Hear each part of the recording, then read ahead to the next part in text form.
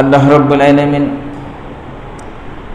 বলছেন, ওয়া ইন্নামা তুওয়াফাউনা উজুরাকুম ইয়াওমাল কিয়ামাহ,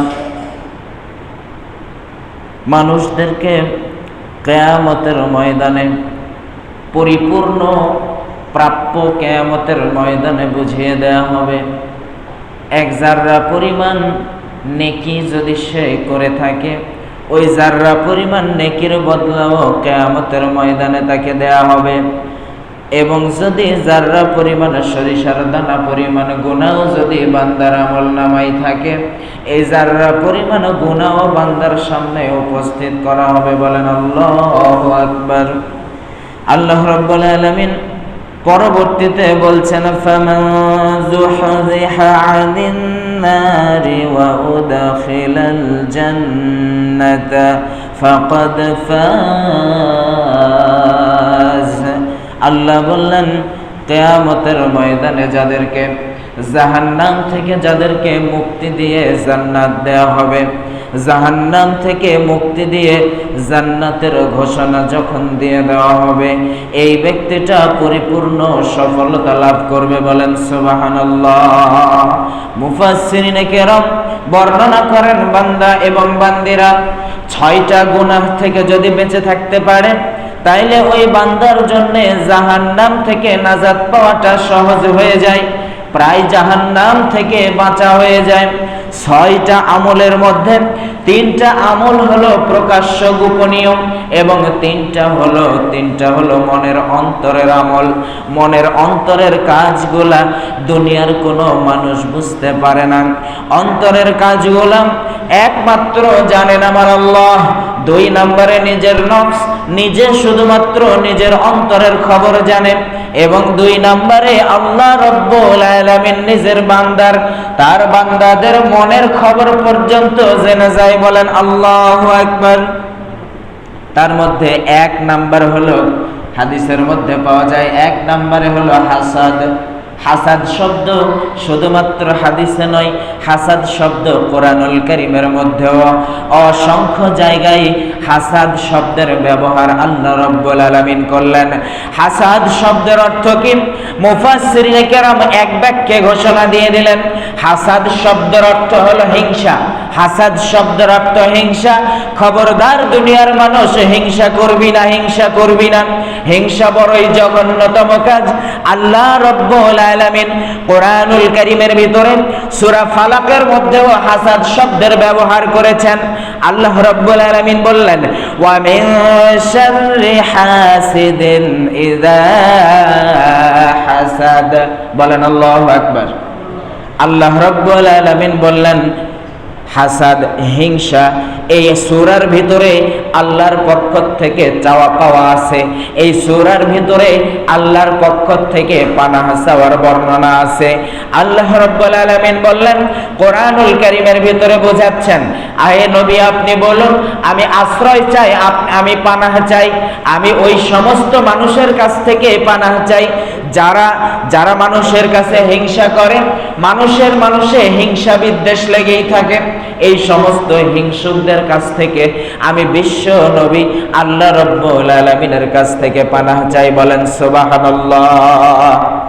আল্লাহ তাআলা শিখাচ্ছেন, বিশ্ব নবীজিকে আল্লাহ তাআলা শিখিয়ে দিয়েছেন যে, হে নবী আপনি বলুন এই কথাগুলো বলুন। সূরা ফালাকের ভিতরে, সূরা নাসের ভিতরে আশ্রয় কিভাবে চাইতে হবে, আল্লাহর কাছ থেকে পানাহ কিভাবে চাইতে হবে, এই পানাহ চাওয়া, আশ্রয় চাওয়ার সিস্টেমটা আল্লাহ রাব্বুল আলামিন শিখাচ্ছেন। এবং এই সূরার শেষের দিকে, শেষের আগের আয়াতে আল্লাহ তাআলা বুঝাচ্ছেন যে, নবী আপনি আমার কাছে বলেন, যারা আমাকে হিংসা করে, যারা হিংসুক, আমি তাদের কাছ থেকেও পানাহ চাই। সুবহানাল্লাহ। আমাদের মধ্যে হিংসা আছে না নাই? আমাদের মধ্যে হিংসা নাই? একে অপরের মধ্যে হিংসা বিদ্বেষ লেগেই আছে। ওর এতগুলো হয়েছে, আমার কেন হয় না? ওদের জনশক্তি এত, আমাদের জনশক্তি নাই কেন? হিংসা। ওর এতগুলো আছে, আমার এতগুলো নেই কেন? ওর এতগুলো টাকা আছে, আমার এতগুলো টাকা নাই কেন?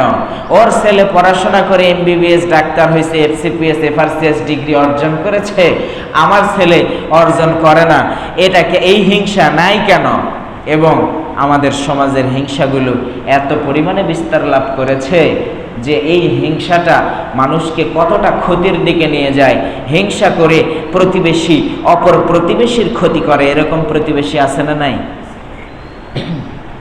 সব জায়গায় আছে এরকম প্রতিবেশী, অপর পাশের প্রতিবেশীর ক্ষতি করে। জমা জমি নিয়ে, সম্পদ নিয়ে, ওর এতগুলো জমি, আমার জমি নাই কেন? এবং সে ষড়যন্ত্র খুঁজতে থাকে তাকে কিভাবে ডাবানো যায়, ষড়যন্ত্র করতে থাকে তাকে কিভাবে অপবাদ দেওয়া যায়। তার যদি 10 বিঘা সম্পদ থাকে, এই সম্পদ কিভাবে তাকে কমিয়ে নামানো যায়, এটা নিয়ে ষড়যন্ত্র করে, নিজের ভিতরের হিংসা তৈরি করে। অথচ আল্লাহ রাব্বুল আলামিন নিজেই হিংসা থেকে পানাহ চাইতে বিশ্ব নবীজিকে শিখিয়ে দিচ্ছেন। সুবহানাল্লাহ। শুধুমাত্র তাই নয়, বিশ্ব নবী সাল্লাল্লাহু আলাইহি ওয়াসাল্লাম বললেন, একটা কাঠের ভিতরে যদি তোমরা আগুন লাগায় দাও, কাঠের ভিতরে কোনো একটা খড়িতে যদি তোমরা আগুন লাগায় দাও, ওই আগুনটা ওই কাঠকে পুড়ে যেমন ভাবে কয়লা বানায় দেয়, এমন এক পর্যায়ে চলে যায় আগুন জ্বলতে জ্বলতে ওই কাঠ পর্যন্ত ছাই হয়ে যায়। মানুষের ভিতরের হিংসা এতটাই খারাপ জিনিস, এই হিংসা মানুষের নেক আমলকে ঠিক ওইভাবে ধ্বংস করে দেয়। বলেন নাউযুবিল্লাহ। হিংসা, ছোট ভাই বড় ভাই এদের মধ্যে হিংসা। ছোট ভাই হিংসা করে বড় ভাইয়ের জন্যে, বড় ভাইয়ের এত আছে আমার নেই কেন? এক বাবার 2 সন্তান, ছোট ভাই হিংসা করে, বড় ভাই বাবা মাকে দেখে না, আমি একলা কেন দেখব? আবার বড় ভাই ভাবে ছোটজন দেখে না, আমি কেন দেখব? এরকম কি নাই নাকি? আমি বানিয়ে বলতেছি। হিংসা লেগেই থাকে। আর এই হিংসা থেকে আল্লাহ রাব্বুল আলামিন বলেছেন, বান্দা এই হিংসা থেকে যদি তোমরা বেঁচে থাকতে পারো, জাহান্নাম থেকে প্রায় বাঁচা হয়ে যায়। বলেন সুবহানাল্লাহ। আচ্ছা বলেন, পিতামাতার জন্যে খরচ করলে কি কমে? পিতামাতার জন্য খরচ করলে কখনো কমে না, বরং ওটা বাড়ে।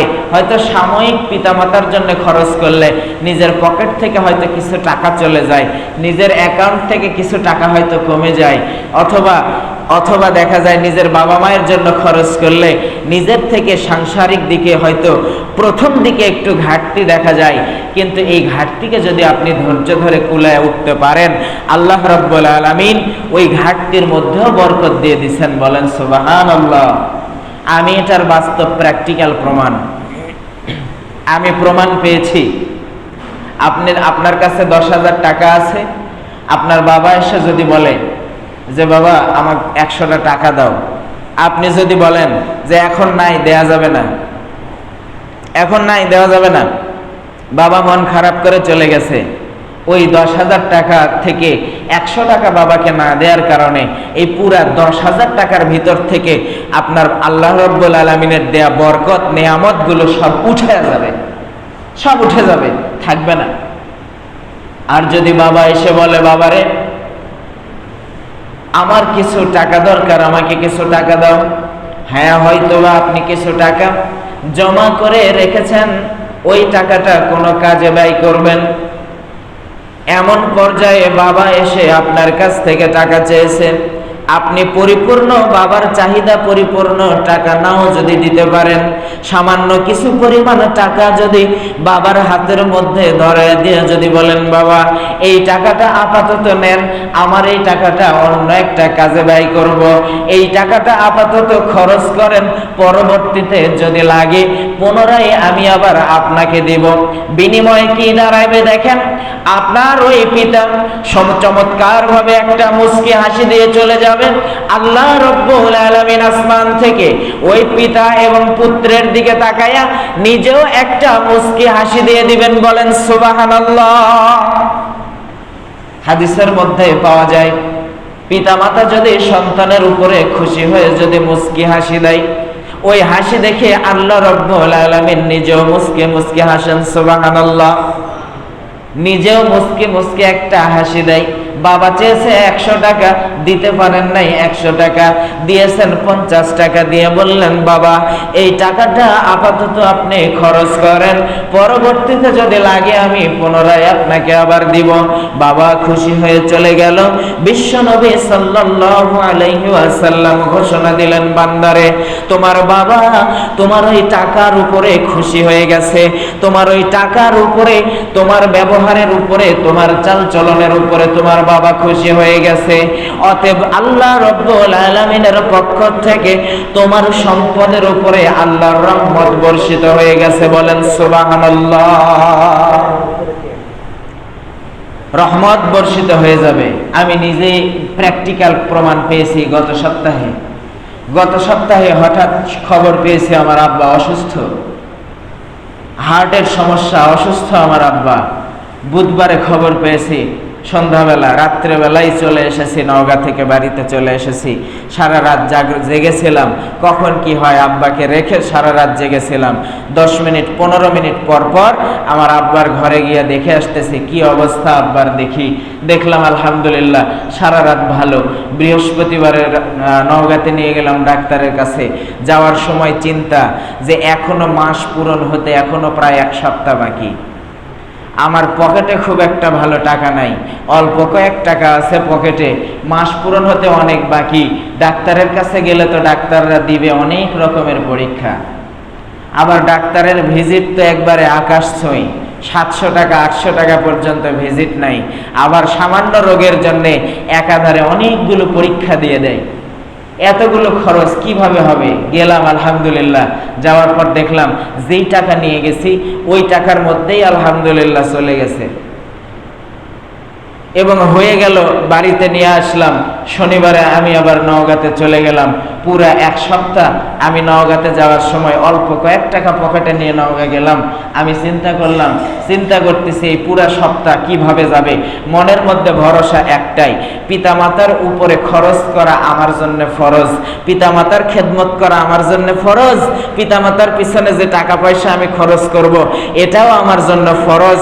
এটা এক প্রকারের সাদাকা হয়ে যায়।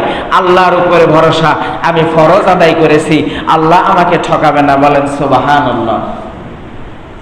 পুরো 1 সপ্তাহ চলে গেল। বিশ্বাস করেন আল্লাহর কসম, এই 1 সপ্তাহের মধ্যে আমি মোটামুটি 1 সপ্তাহে 100 কয়েক টাকার মতো নওগাঁতে আমি নিয়ে চলাফেরা করেছি। আমার কোথাও কোনো ধার করা লাগে নাই, কোথাও কোনো রকমের কোনো ধার কর্জ করা লাগে নাই, ঋণ করা লাগে নাই। ওই 100 টাকার ভিতরে আল্লাহ তাআলা এতটা বরকত দিছে। আমি দেখলাম ওই 100 টাকা পকেটে নিয়ে আসি, ওই 100 টাকায় প্রতিদিন 5 টাকা 10 টাকা খরচ হতে বেতনের সপ্তাহ চলে আসছে। সুবহানাল্লাহ বলেন।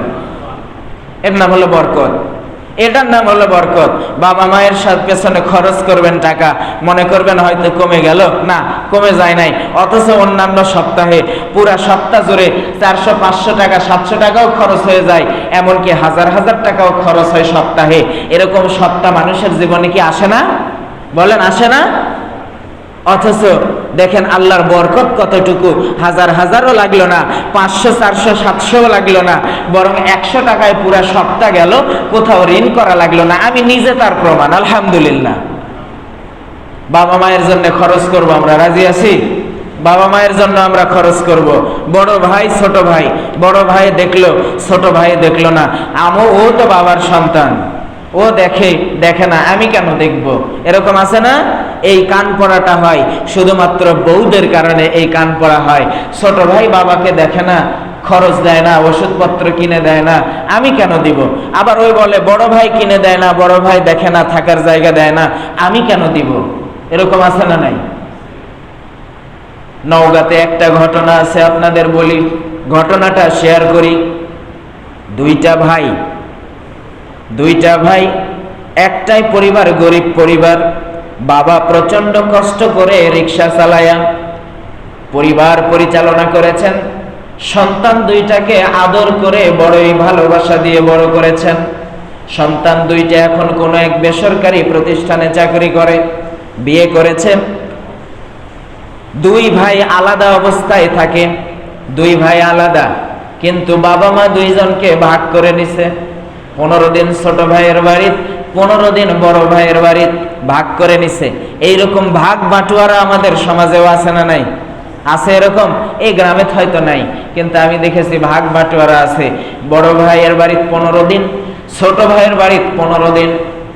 যেদিন 14 দিন শেষ হয়ে যায়, 15 দিনের মাথায় রাত্রে বেলা বড় ভাইয়ের বউ কষ্ট পাওয়াটা কোনো দিনের জন্য মুখ ফুটে বলা লাগে না।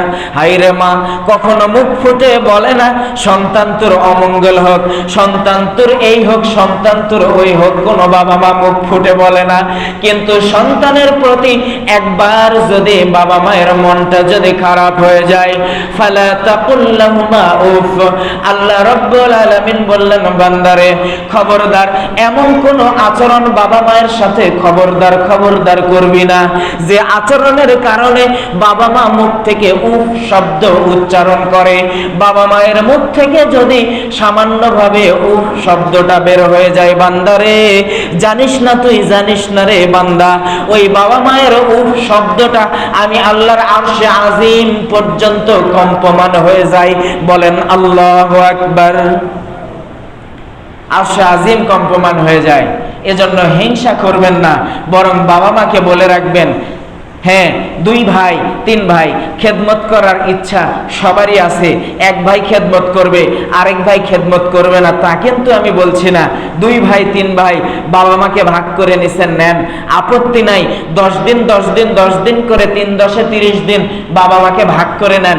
ছোট ভাইয়ের বাড়ির 10 দিন, মেজো ভাইয়ের বাড়ির 10 দিন, বড় ভাইয়ের বাড়ির 10 দিন ভাগ করে নেন, আপত্তি নাই। কিন্তু বলে দিবেন বাবা মা, আমার ভাতের পাতিলের মুখ ঢাকনাটা সব সময়ের জন্য আপনাদের জন্য খোলা। বলে দেবেন স্পষ্ট, সব সময়ের জন্য খোলা। যখন যা প্রয়োজন, যখন যা লাগবে আপনার বাড়িতে সব সময়ের জন্য আপনি নিজে এসে প্রাধান্য দিবেন। আমার বউয়ের এখানে কোনো টাইম নাই।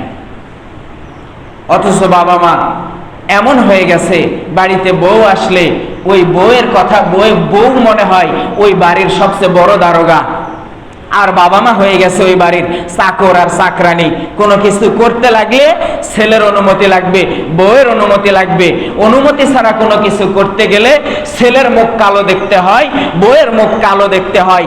অথচ আল্লাহ বলে বান্দা, বাবা মায়ের সাথে এমন আচরণ করিস না যে আচরণে বাবা মা মুখ থেকে উহ শব্দ বের করে। সুবহানাল্লাহ। হিংসা করা যাবে না। ছোট ভাই দেখলো না, না দেখুক, আপনি দেখবেন। মেজো ভাই দেখলো না, না দেখুক, আপনি দেখবেন। মনে রাখবেন, আপনার বাবা মায়ের খেদমত করা আপনার জন্য ফরজ। আপনার বাবা মায়ের জন্য যদি কোনো অর্থ খরচ করার প্রয়োজন পড়ে, সেটাও আপনার জন্য ফরজ।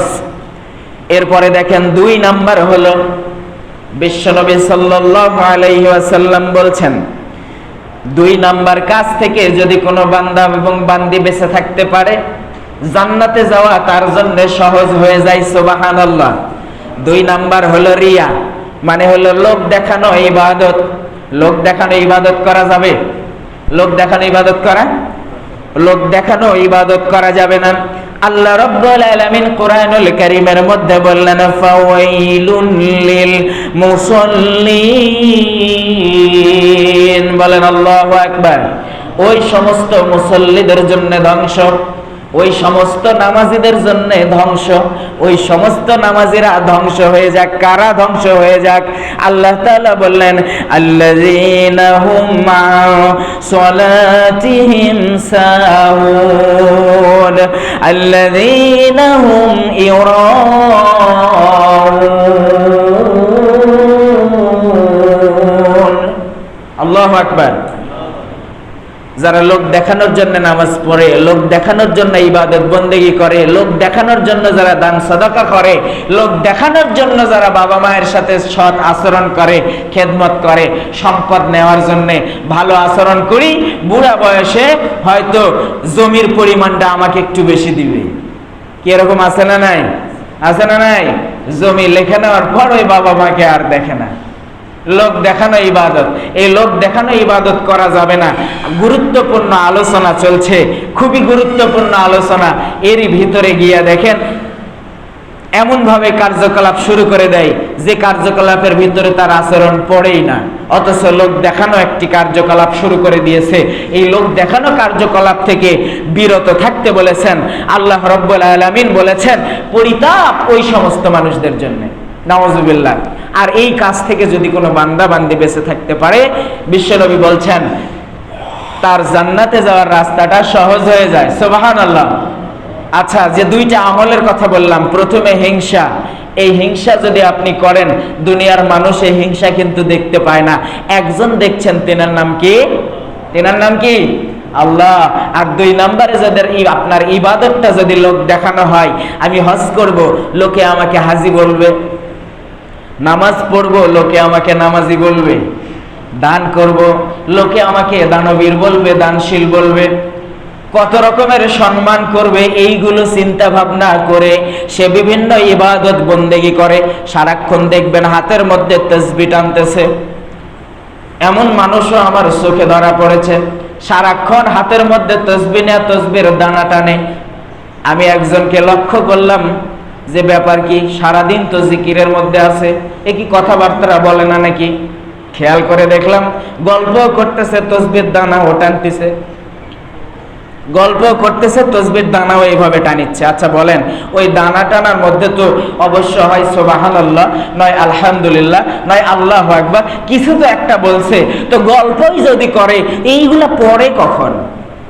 বলেন, ওই ইবাদতটা, ওই তাসবিহর দানাও টানা, গল্প করা, এটা কি আল্লাহকে দেখানো না লোক দেখানো? আল্লাহকে দেখানো না লোক দেখানো? বিশ্বনবী সাল্লাল্লাহু আলাইহি ওয়াসাল্লাম বলেন, সবচাইতে ভয়ানক শিরক হলো লোক দেখানো ইবাদত করা। এটা শিরক, লোক দেখানো ইবাদত করা। যতগুলা শিরক আছে তার মধ্যে সবচাইতে ভয়ানক শিরক হলো লোক দেখানো ইবাদত করা। আর এই লোক দেখানো ইবাদত করা থেকে আমাদেরকে বেঁচে থাকতে হবে। আর 3 নম্বরে হলো কিবর। কিবর শব্দ আরবিতে আসছে কিবর। কিবর শব্দের অর্থ হলো অহংকার করা, গর্ব করা। কি করা? অহংকার করা। আমাদের মধ্যে অহংকার আছে না নাই? বলেন না, আছে না নাই? একটু যদি টাকার মালিক হয়, একটু যদি সম্পদের মালিক হয়, ওর তো মনে হয় মাটি তার পাই পড়ে না, ওর মাটির পাই পড়ে না। এত অহংকার ভিতরে, এত অহংকার নিয়ে চলে। গরিব মানুষকে গরিব আর মনে করে না। ভ্যান চালায় খেয়ে বড় হয়েছে, 2 দিন হয়তো ছেলে বিদেশে গেছে, বিদেশ যে অনেক টাকা পয়সা রোজগার করেছে, টাকা পয়সা হয়েছে, বাড়িতে টাকা পয়সা পাঠিয়ে মনে করেন বিল্ডিং দিছে, জায়গা জমি কিনছে, তার মনে করেন অহংকারের ঠেলায় আর বাঁচে না। আমার চেনা একটা কথা, চেনা জানা একটা ঘটনা আছে, যেটা আমি আমার চাক্ষুষ প্রমাণ, যে ঘটনাতে আমি নিজে দেখছি। যে লোকটা প্রত্যেক দিন বাজারে যাইতো, বা আগে বাজার ছিল আপনার আমাদের এখানে ওই খ্যারের চাল দিয়া মাছহাটি বসতো, যেই জায়গাতে এখন চালের আছে, চালের দোকান বসে, এই জায়গাটার থেকে প্রত্যেক দিন সন্ধ্যাবেলা যাইতো বাজারে, যাই দেখতো যখন যাদের মাছ বিক্রি হয় নাই, যাদের মাছ বিক্রি হয় নাই, ওই মাছগুলো কম দাম দিয়ে কিনে নিয়ে আসতো সন্ধ্যাবেলা। আর মনে করেন বাড়ির গীতাঞ্জলি, উনি খেপে যাইতেন যে সারাদিন বসে থেকে সন্ধ্যাবেলা যায় বাজারে। তা আমি আবার ছোটবেলায় তোর ওই যে 4টা মাথার পাকা চুল তুলে দিলে 1 টাকা, আপনারা এলা কাম করেছেন নাকি? 4টা মাথার পাকা চুল তুলে দিলে 1 টাকা। তো দেখলাম বুড়ি মানুষ চাষি এসে যখন ঝাঁকি দিচ্ছে, তখন বিড়বিড় করে বলিচ্ছে যে তুই তো এলা বুঝবো না, তুই তো এলা বুঝবো না, বাজারত গেলে, সন্ধ্যার বাজারত গেলে যে কি লাভ, তুই তো এটা বুঝবে না। মানে বিকালে যদি ওই মাছ কিনে আনতো হয়তো 100 টাকা লাগতো, সন্ধ্যাবেলা গেছে ওই মাছ 30 টাকা দিয়ে পাশে। ছেলেপেলেগুলা বড় হয়ে গেছে, বিদেশে গেছে, টাকা পয়সা রোজগার করেছে, সবকিছু। একদিন নিজের কানে শুনতে পেলাম মাছ, ছোট মাছের চরচড়ি দিয়া ভাত খাইতে দিছে, ও বলতেছে এগুলা সরা, পানির পোকা খাই না। কি কইছে? পানির পোকা খায় না। তার মানে ওই তো পানির পোকা, কেন পানির তাজা পোকা লয়, পানির পচা পোকা খায় এত দূর পর্যন্ত আসছে।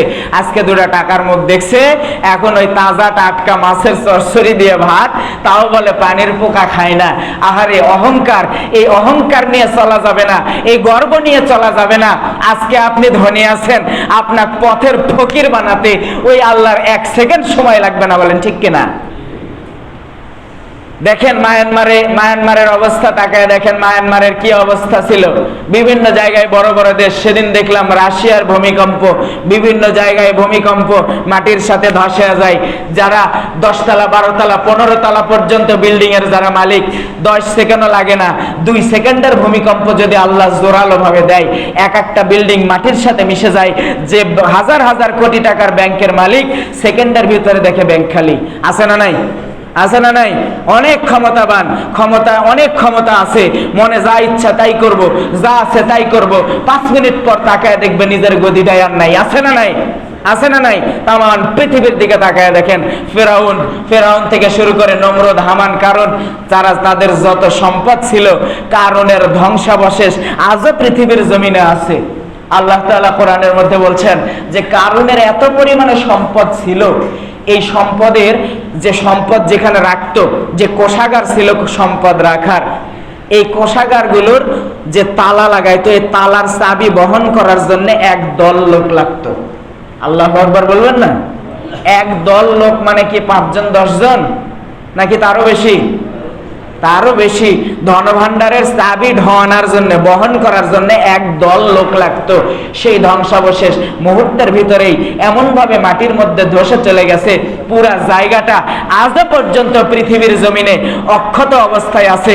পৃথিবীর মানুষের জন্য নজির সৃষ্টি করেছে, অহংকার করবি না, অহংকার করবি না। যারা অহংকার করেছে তারা এখনো পর্যন্ত দুনিয়ায় টিকে থাকতে পারে। অহংকার করা যাবে না।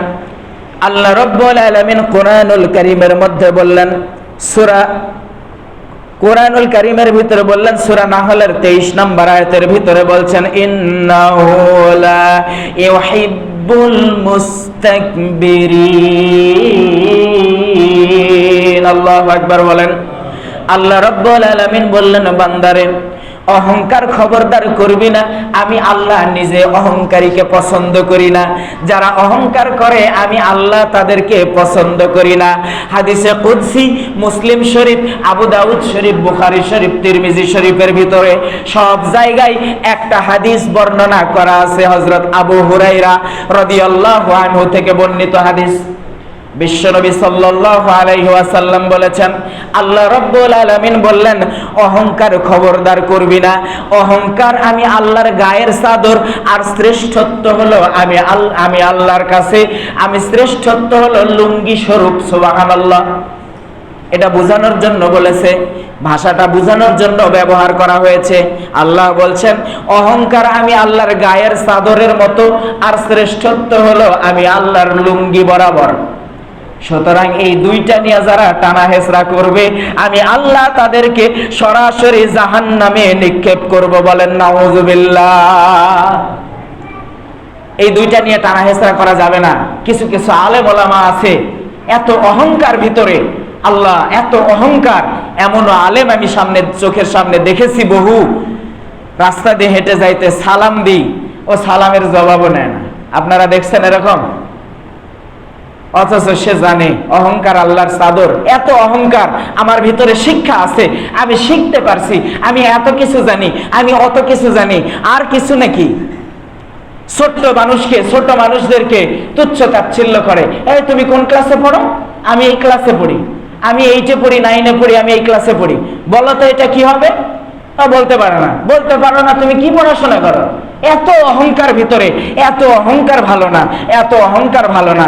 আমি এক পর্যায়ে এটা শোনার পরে ওনাকে একবার আমি বলেছিলাম, নাম বলার দরকার নাই, ওনাকে আমি বললাম যে আপনি কোন পর্যন্ত পড়েছেন? তো বলছে আমি পড়াশোনা করছি, আপনাদের আলিয়াতেও আমি পড়াশোনা করেছি। আলিয়ার ছেলেপেলেরা এই করে, ওই করে, সেই করে, এত করে, তত করে। তা আমি বললাম ঠিক আছে, আপনি বলেন তো দেখি, ডাক্তার আসিবার পূর্বে রোগীটি মারা গেল, এটার ইংরেজি কি হবে? ওই করছে আমি ইংরেজিতে না দুর্বল, ওই করছে আমি ইংরেজিতে না দুর্বল। তো তুই ইংরেজির দুর্বল, তুই নিজেও তো একটা দুর্বল, তা আরেকজন যদি আরেকটা দুর্বল হয়, তুই বেটা অহংকার করার কে? ইলম তোকে আল্লাহ তাআলা যে আল্লাহ দিয়েছে, ওই ইলম আল্লাহর কেড়ে নিতে 1 সেকেন্ড সময় লাগবে না। বরং তুই একজনকে অপমান করলি, তোকে আরেকজন আরেক জায়গা থেকে অপমান করবে। বরং তুহিজ্জু মান তাশা ওয়া তুদিল্লু মান তাশা বিয়াদিকাল খায়র। আল্লাহ বললেন, সম্মান দেওয়ার মালিক আমি আল্লাহ, অপমান করার মালিকও আমি আল্লাহ। সুতরাং এই অহংকার করা যাবে না বাবা, অহংকার করেন না। ওর দলে অনেক লোক, আমার দলে লোক নাই, এই কাজ করেন না, এই অহংকার করেন না। বরং এই অহংকার আল্লাহর চাদর। আর নিজেকে শ্রেষ্ঠত্ব দাবি করবেন না যে আমি সবার চাইতে শ্রেষ্ঠ, আমি অমুকের চেয়ে শ্রেষ্ঠ, অমুকের চেয়ে শ্রেষ্ঠ। হ্যাঁ, বসতে দিচ্ছে চেয়ারে, আরে আমি এগুলা চেয়ারে বসি, কি কঠিন অবস্থা। মানে ওই নিজে কত বুঝি শ্রেষ্ঠ হয়ে গেছে, অথচ শ্রেষ্ঠত্ব আপনি যেটা দেখাচ্ছেন, আপনি সামান্য পরিষ্কার জায়গায় বসতে আপনি ইতস্ত বোধ করছেন, অথচ আপনার এই পুরা শরীরটাই যেই জায়গায় শুয়ে থাকবে, ওই জায়গার নাম হলো মাটি। ওই জায়গার নাম কি? ওই জায়গার নাম কি? আপনার এই শরীর। এত দামি খাবার, এত দামি দামি খাবার খান, এত দামি দামি কাপড় পরেন, এত দামি দামি সাবান ব্যবহার করেন, শ্যাম্পু ব্যবহার করেন, এত দামি দামি স্প্রে ব্যবহার করেন, আতর ব্যবহার করেন, অথচ আপনার এই শরীর থেকে সবচাইতে পচা দুর্গন্ধযুক্ত গন্ধ এই শরীর থেকে বের হবে। কি কথা ঠিক কিনা? সবচেয়ে পচা দুর্গন্ধ শরীর থেকে বের হবে, পেট ফেটে যাবে, পেট থেকে নাড়ি ভুঁড়ি বের হবে, মাথার মগজ গলে গলে পড়ে যাবে। এইগুলা কি সুগন্ধ না দুর্গন্ধ? কি গন্ধ এগুলা? দুর্গন্ধ। সুতরাং অহংকার করেন না। সামান্য 1 ফোঁটার থেকে, সামান্য 1 ফোঁটা নাপাক পানির থেকে আপনাকে দুনিয়ায় আনা হয়েছে। 1 ফোঁটা নাপাক পানি, যার ভিতরে লক্ষ লক্ষ কোটি কোটি শুক্রাণু যার ভিতরে দরাদরি করছে।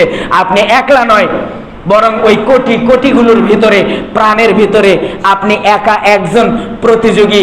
আপনি একলা দুনিয়ার জমিনে এসেছেন। সামান্য নাপাক পানি, এত অহংকার করার কিছুই নাই, এত বড়াই করার কিছুই নাই। ওই 1 ফোঁটা নাপাক পানি দুনিয়ায় এসে আজ মানুষ হয়ে অহংকার করছেন, শ্রেষ্ঠত্বের বড়াই করছেন।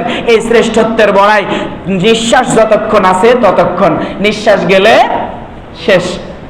তা আসেন, 6টা আমলের কথা বলেছিলাম। 6টা আমল যদি কেউ করতে পারে, তার জান্নাতে যাওয়ার রাস্তা সহজ হয়, জাহান্নাম থেকে বাঁচাটা তার জন্য প্রায় সহজ হয়ে যায়। সুবহানাল্লাহ। তার মধ্যে বললাম 3টা, যে 3টা বলেছি এই 3টা হলো অন্তরের আমল। কিসের আমল? অন্তরের আমল। আল্লাহ যদি বাঁচিয়ে রাখেন, হায়াতে সুস্থ রাখেন, আগামী জুমায় প্রকাশ্য আছে 3টা। প্রকাশ্য কয়টা? 6টা আমলের ভিতরে 3টা হলো গোপন, যেটা মানুষের অন্তরের, আর 3টা হলো প্রকাশ্য, যেটা আগামী জুমায় ইনশাআল্লাহ আলোচনা করার চেষ্টা করব। ওমা তৌফিক ইল্লা বিল্লাহ। তাইলে আমি এটা বলছি পুনরায়। 1 নম্বরে হলো হিংসা। 1 নম্বরে হিংসা। এই হিংসা করা যাবে না, হিংসা করা যাবে না। এরপরে 2 নম্বর, লোক দেখানো কোনো ইবাদত করা যাবে না। 3 নম্বরে হলো অহংকার গৌরব করা যাবে না। বাকি আলোচনা আগামী জুমায় হবে ইনশাআল্লাহ। একজন জানতে চেয়েছে